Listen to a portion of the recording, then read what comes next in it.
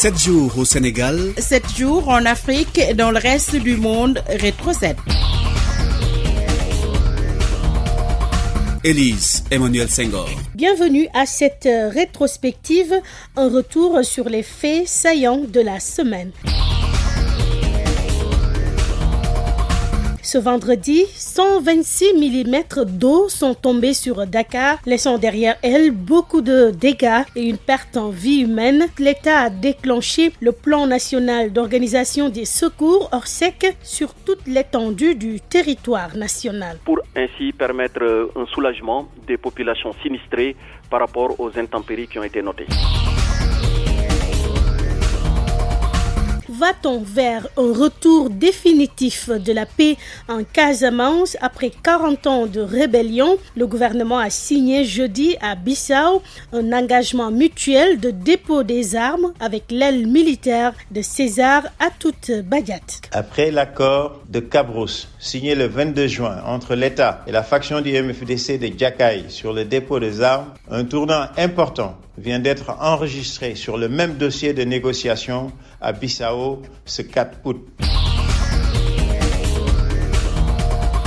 Rétro 7. Des pluies exceptionnelles se sont abattues ce vendredi sur la capitale sénégalaise. On parle de 126 mm, une forte quantité rendant difficile son drainage immédiat. On déplore une perte en vie humaine et beaucoup de dégâts matériels.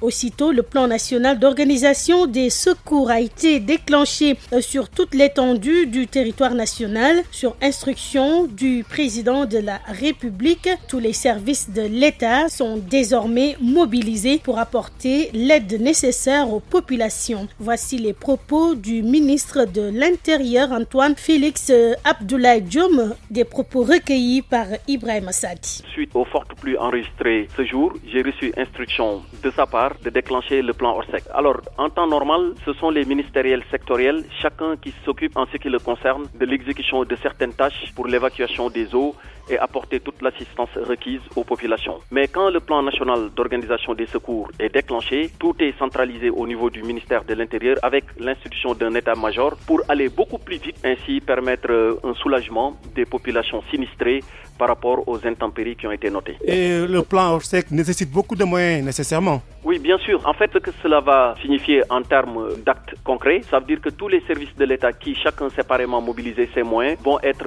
déployés au niveau du ministère de l'Intérieur où tout sera centralisé. Donc, il y aura une mobilisation unique des moyens au niveau du ministère de l'Intérieur en vue d'avoir une plus grande célérité, mais une plus grande efficacité également de l'action en direction des populations.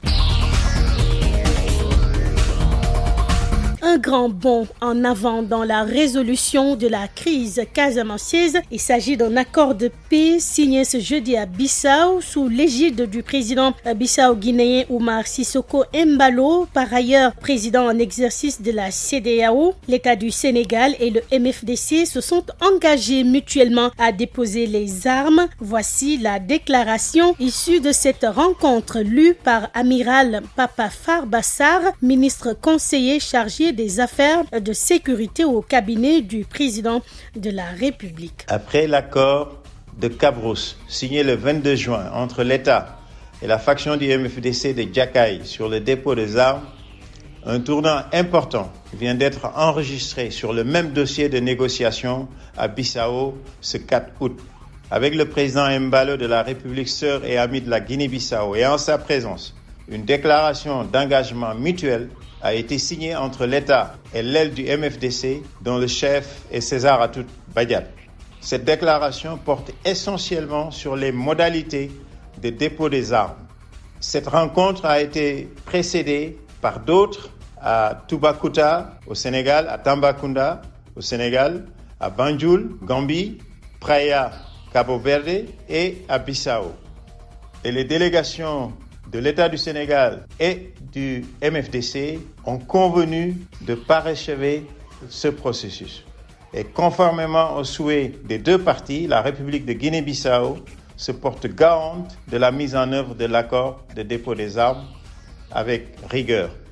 Maintenant, au cours de la cérémonie de cette signature, le président Embalo a souligné les relations particulières qui le lient à son homologue du Sénégal et son engagement résolu de ne ménager aucun effort pour l'accompagner dans la ferme et sincère volonté de parvenir à une paix définitive négociée en Casamance. Plus que quelques camps, dont celui de Salif Sadio, pour arriver à bout de ce long conflit casamassé. Et selon le groupe de réflexion pour la paix en Casamance, GRPC, qui sont des facilitateurs dans cette crise, les négociations vont se poursuivre pour amener le reste à la table des négociations.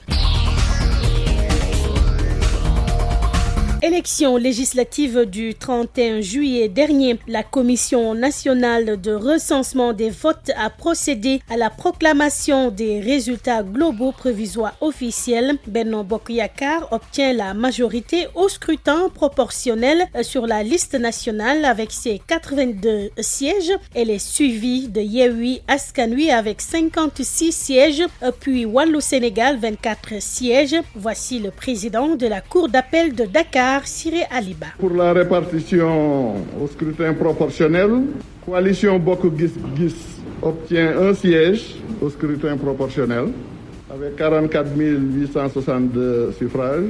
Coalition Natangué Askan Wi n'obtient pas de siège. Coalition Aar Sénégal obtient un siège avec 52 173 suffrages.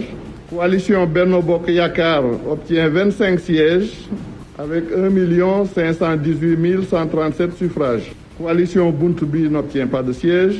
Coalition Les Serviteurs MPR obtient un siège avec 56 303 suffrages. La coalition Wallu Sénégal obtient 8 sièges avec 471 517 suffrages. La coalition Yewwi Askan Wi obtient 17 sièges avec 1 071 139 suffrages.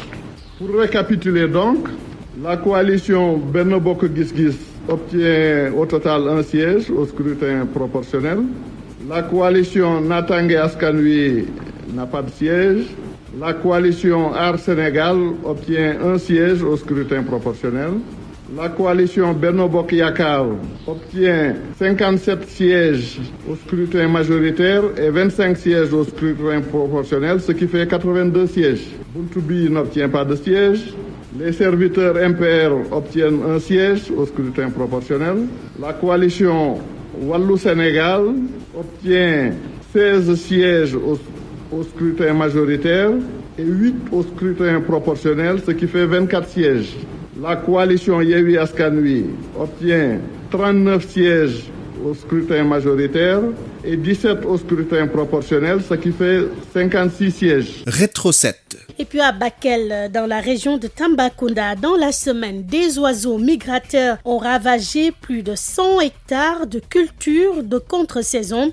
Impuissants devant une telle situation, les producteurs de riz veulent être accompagnés. Ansoumana Sadio. C'est une superficie de presque 100 hectares de culture de contre-saison que des oiseaux migrateurs ont envahi et ravagé sous l'œil impuissant des producteurs de riz le long du fleuve Sénégal du côté de Bakel.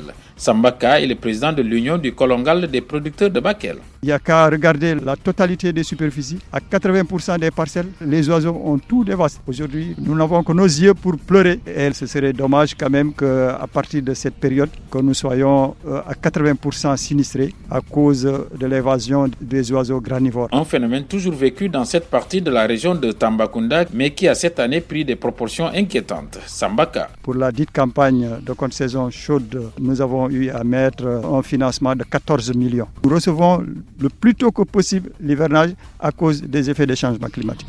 Ça, c'est un. Et deuxièmement aussi, il faudrait qu'on arrive à nous aider à lutter contre ce fléau, c'est-à-dire le fléau des oiseaux, mais aussi le fléau des rats. Donc, entre autres, voilà les mots qui nous envahissent pour ne pas pouvoir vraiment atteindre notre objectif. Ces producteurs invitent les autorités compétentes à les aider pour lutter définitivement contre ces attaques de granivores. Ansoumana Sadio, Tambacounda pour Radio Sénégal. Rétro 7 sur Radio Sénégal, le programme qui vous rappelle les faits ayant marqué la semaine est disponible sur tous nos supports digitaux. Présentation Élise Emmanuel Senghor. Merci à Mamadou Diagne et toute l'équipe digitale. Coordination Ibrahim Assadi, Aaron Diouf. Rétro 7 revient dimanche prochain. Rétro 7, l'essentiel de l'actualité de la semaine avec la rédaction de Radio Sénégal.